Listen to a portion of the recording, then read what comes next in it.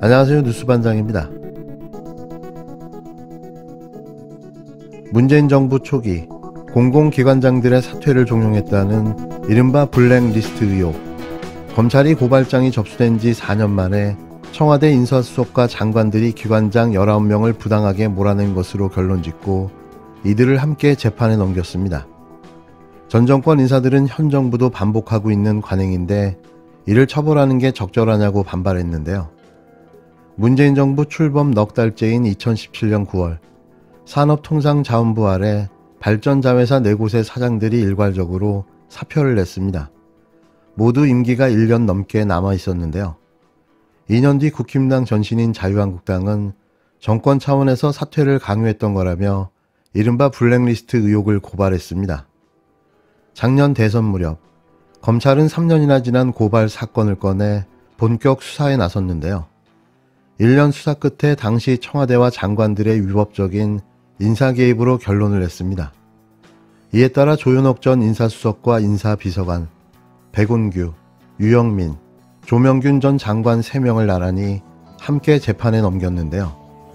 블랙리스트 대상이 된 건 모두 19명이나 됐습니다. 현재 국힘당이 벌이고 있는 문재인 정부 인사들에 대한 사퇴 압박과 종용은 대체 뭘까요? 같은 논리로 잣대를 들이댄다면 이 또한 명백한 블랙리스트 사건이 될 텐데요. 전현희 국민권익위원회 위원장, 한상혁 방송통신위원회 위원장 등을 향한 윤석열 정부와 국힘당이 벌이는 행위는 대체 뭐냐는 말이죠. 문재인 정부 당시 기관장들을 한 명씩 불러내 대놓고 이번 주까지 사직해달라고 하거나 차관을 통해 사표를 요구했고 종합감사를 벌여 사임을 압박했다는 건데요. 빈자리에 후임자로 인사수석실이 내정한 사람을 앉히기 위해 지원서를 대신 써주고 면접 모범 답안도 준 것으로 조사됐다는 겁니다.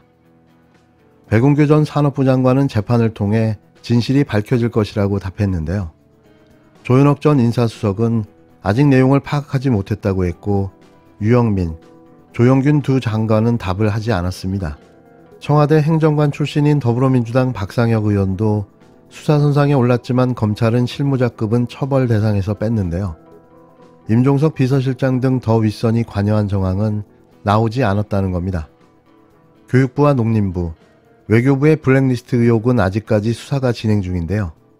더불어민주당은 연일 전 정부 인사 찍어내기에 골몰하는 윤석열 정권이 블랙리스트 의혹을 기소한 건 선택적 수사이자 이중 잣대라고 비판했습니다.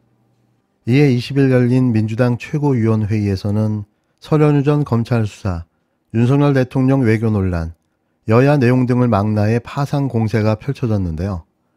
민주당의 팩폭에 모두가 공감할 수밖에 없었습니다. 윤석열 대통령이 또다시 전 정부 보복 수사로 새 벽두를 열려 합니다. 어제 윤석열 검찰이 전 정부 장관들과 대통령 비서실 인사수석 등 5명을 기소했습니다. 정권 시작부터 전 정부 산하기관 인사들을 먼지 털듯 탈탈 털더니 해가 바뀌자마자 기소한 것입니다. 5년 단임제 대통령제 하에서 필연적으로 발생할 수밖에 없는 제도적 문제마저 정치 기소로 안가품하려는 윤석열식 정치 보복에 참으로 기가 막힙니다. 윤석열 정권이야말로 법적 임기가 보장된 현직 권익위원장과 방통위원장을 내쫓기 위해 그동안 집요하게 사퇴를 종용해 왔습니다. 검찰과 헌법상 독립기관인 감사원까지 동원하고 심지어 확인도 않고 허위사실을 적시해 명예를 훼손했습니다. 그래놓고 같은 이유로 전 정부 인사를 핍박하려 합니다. 이런 모순을 피하고자 민주당은 정부조직법 및 관련 법률안과 대통령의 임기 종료 시 공공기관의 장 등의 임기 일치를 위한 법률안을 처리키로 이미 지난 11월 국민의힘과 합의한 바 있습니다. 합의문에 따라 양당 정책위의장과 원내수석 부대표, 국회 행안위 간사가 참여하는 이른바 3+3 협의체가 현재 운영 중입니다. 양당 원내대표 합의로 입법을 예고했는데도 무차별 기소를 자행한 것은 윤석열 정부가 또다시 전 정부 죽이기 차원의 정략적 도발임에 명백합니다. 대통령이 직접 당무에 개입하면서 당권 다툼도 날이 갈수록 가관입니다. 초선 의원들이 행여 비윤으로 찍힐까 두려워 경쟁하듯 윤심 서약 연판장을 돌리더니 어제 홍준표 대구시장은 나경원 전 의원의 가족까지 저격했습니다. 김 빠진 단물에 불과한 홍카콜라의 변신을 보는 우리 국민의 낯이 뜨거울 지경입니다. 또 한편에선 대통령과 가까운 인사를 나 전 의원 지역구인 동작을에 공천할 거란 흉흉한 소문까지 나돕니다. 비전과 역량은커녕 윤심 책봉이 핵심인 당대표, 국민의힘 전당대회는 하나마나 어대김으로 결판날 셈입니다. 남의 집안일로 무시하기엔 복합위기에 처한 나라와 민생이 너무 다급합니다. 그런데 윤석열 대통령의 어제 다보스 포럼 연설은 참으로 놀라웠습니다.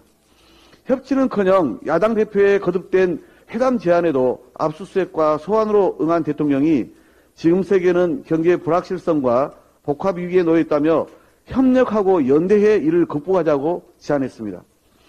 야당은 단합하고 집권당마저 반윤, 멀윤 등 별별 윤으로 낙인 찍어 위협하면서 국제무대에선 정반대의 발언을 쏟아냅니다. 이란은 UAE의 적, 한마디로 외교 대참사를 일으킨 윤 대통령이 말하는 협력과 연대 대상은 과연 누구입니까? 자칭 대한민국 1호 영업사원이 국경만 헐값에 넘긴 게 아니기를 바랄 뿐입니다. 대한민국 민생경제야말로 불확실성과 복합위기에 놓여 있습니다. 협력과 연대 대상은 멀리에 있지 않습니다.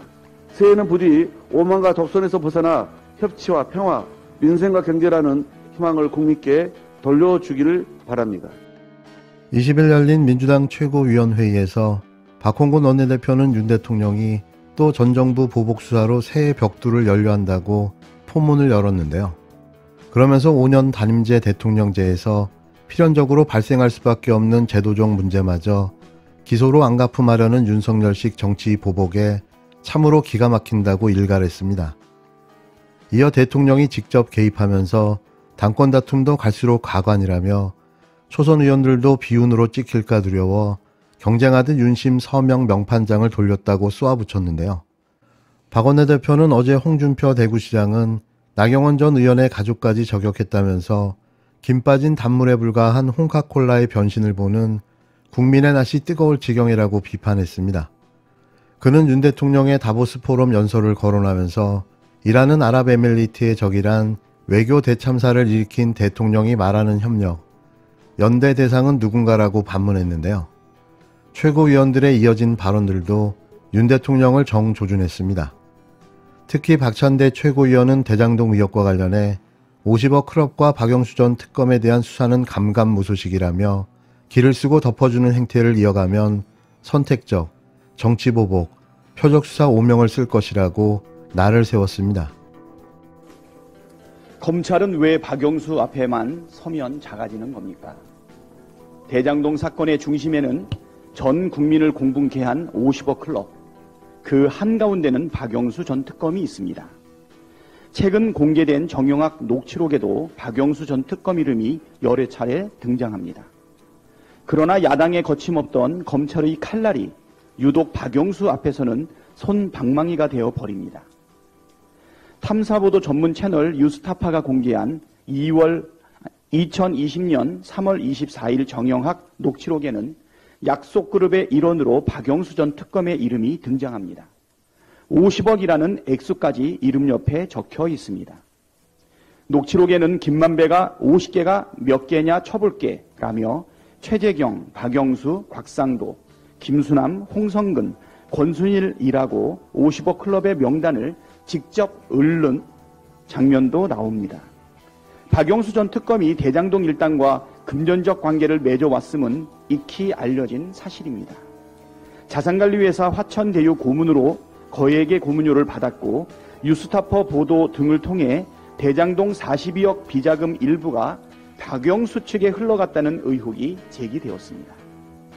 사실이라면 대장동 일당이 고위직 검사에게 아무 이유도 없이 돈을 건넸을 리 없습니다. 정영학 녹취록에는 박영수 전 특검을 뜻하는 것으로 보이는 고검장님이 대장동 일당들이 처한 어려운 문제를 해결해줬다는 뉘앙스를 풍기는 대목이 등장합니다. 2014년 11월 5일 녹취록에서 정영학은 하나은행, 우리은행은 정말 다행인 거가 이 담당이 우리 사이즈가 아니고 좀 더 큰 사이즈라서 고 검장님 안 계셨으면 아유 힘들어 라고 말합니다. 같은 녹취록에서 남욱은 아마 그 오더를 받았을 수 있어요. 우리 은행에서. 제 생각에 오더를 받았을 수도 있어요. 왜냐하면 그게 고 검장님, 그 다음에 제재형이 형이라고 언급합니다. 녹취록 속 대장동 일당들에게 박영수 전 특검은 대를 이어 챙겨야 할 중요한 인물로 묘사됩니다. 역시 녹취록에서 김만배는 두 사람은 고문료로 안 되지. 수연이 하고 곽상도는 이라고 말합니다. 여기서 수연이는 박영수 전 특검의 딸입니다. 실제 박영수 전 특검의 자녀는 화천대유로부터 2019년에서 2021년 여러 차례에 걸쳐 11억 원을 지급받았습니다. 김만배는 또한 박영수 전 특검의 인척인 분양대행업체 대표 이모 씨에게 100억 원을 건넨 적도 있습니다. 이처럼 박영수 전 특검은 본인, 자녀, 인척까지 대장동 일당과 얽혀있는 말 그대로 대장동 사건의 핵심 인물입니다. 이는 지난 대선 때부터 밝혀진 사실이지만 50억 클럽과 박영수 전 특검에 대한 검찰 수사는 여태 감감무소식입니다. 이유는 짐작 가능합니다. 현재 서울중앙지검에서 대장동 사건을 수사 중인 고형곤 제4차장 검사, 강백신 반부패 수사 3부장, 호승진 부부장 검사 모두 박영수 사단으로 꼽히는 검사들입니다. 검찰에 촉구합니다. 돈의 흐름을 따라가는 것만큼 범죄의 진상을 규명하는 데 중요한 일이 있습니까? 그런데도 만약 본인이 박영수 사단이라서 박영수와 특수관계인 윤석열 사단 소속이라서 제대로 수사할 자신이 없다면 그냥 수사에서 손을 떼십시오. 검찰이 제 식구 박영수 전 특검에 대해 길을 쓰고 덮어주는 행태를 이어간다면 선택적 수사, 정치 보복 수사, 표적 수사라는 역사의 오명을 뒤집어쓰게 될 것입니다. 박 최고위원은 야당에 대해 거침없던 검찰의 칼날이 유독 박영수 앞에서 솜방망이가 되어버린다며 검찰을 강도 높게 비판했는데요. 또한 뉴스타파 보도를 언급하며 2020년 3월 24일 정영학 녹취록에는 약속그룹의 일원으로 박영수 특검의 이름이 등장하고 50억 원이라는 액수까지 이름 옆에 적혀 있다며 김만배가 50개를 직접 읽는 것도 나온다고 말했습니다.